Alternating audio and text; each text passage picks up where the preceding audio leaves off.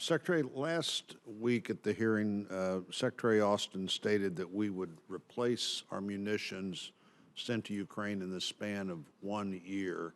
Doesn't look like to me, from looking at that a little further, that's likely to be possible. I think the Javelin's probably closer to 18 to 24 months, and the Stinger missiles, we haven't bought a Stinger missile, according to the CEO of Raytheon, for 18 years. Talk to me a little about whether you think that 1 year is possible, and if not, our efforts, how important it is that we get our stockpile of those two weapons at least back to where they were before the war began. Senator, I think, the timelines for replenishment vary depending on what the systems are. You are right that we have not had an open production line for Stinger for some time.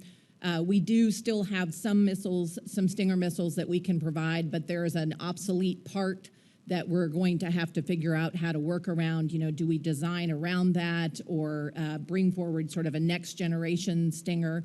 And I think that will take a little more time.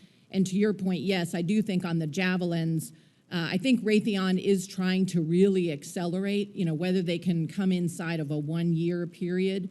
I am not sure. I think it may take a little more time. But we are trying to work aggressively with industry in both cases. And you're committed to replace those stockpiles at least to the level that they were at, and there may be some congressional discussion about moving higher than the past level.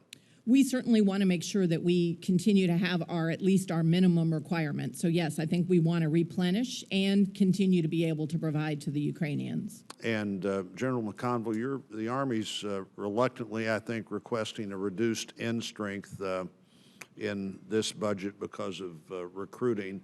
How's that going to affect a basic training post like Fort Leonard Wood in Missouri?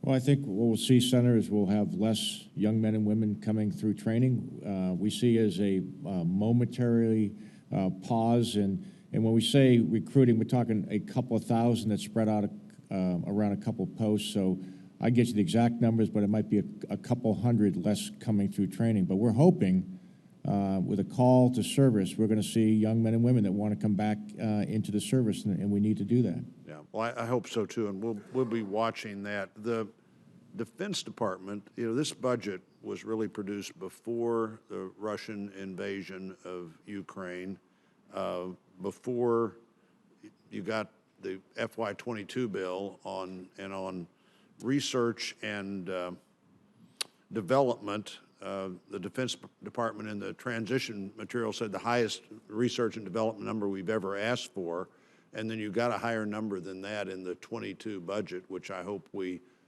match that number and exceed it. But what are we learning from what's going on in Ukraine right now in terms of our weapon systems, the way that even a land war like this is being fought differently? I think, General, I'll go to you first on that.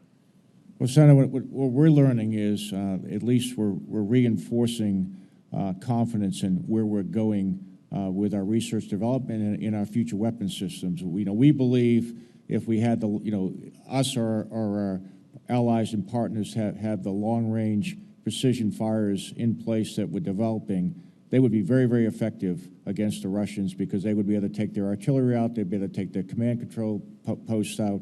We think that the ship sinking capability is great to have. That deters any type of amphibious operations that a future adversary may want to do. We think where we're going with air and missile defense, and especially our focus on countering unmanned aerial systems, is going to provide some great capabilities that we're going to need to have to deter future adversaries. Our long-range aircraft, when we look at the speed, the range, and the convergence of the future battlefield, we feel very, very comfortable with them. So as we look at each system, we're weighing that on how that work either in Ukraine or against a more sophisticated adversary, and we feel we're going in the right direction. Well, and I think looking at what's happened with drones and other things that haven't been in warfare before, I think we knew there were some weaknesses of the Russian tanks, but I don't think we anticipated quite how vulnerable they have turned out to be. So this is an important time for us to think about